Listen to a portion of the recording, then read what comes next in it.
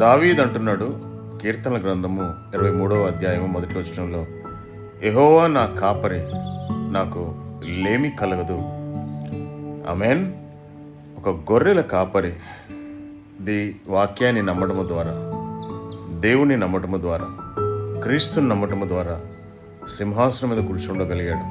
దానికి గల కారణము తాను నమ్మినటువంటి దేవుడు మహా కృపగల దేవుడని దావీదు నమ్మాడు. నాకు లేమి కలగదని విశ్వాసం ఉంచాడు. మై ఫ్రెండ్స్, మీరు కనుక యేసుక్రీస్తుని నిజంగా నమ్మినట్లయితే, ఈ ప్రామిస్ని దావీదులాగా మనం నమ్మినట్లయితే, దేవుడు మనకి ఏ విషయంలో కూడా కొదువు చేయడు. మన ఆర్థిక పరిస్థితిని దేవుడు మారుస్తాడు. లేమి లేకుండా కలిమిలోనికి దేవుడు సమృద్ధిగా మనకి ఆశీర్వదిస్తాడు. మరి ఈ ప్రామిస్ని నమ్ముదాం, క్లెయిమ్ చేసుకుందాం యేసు నామములో.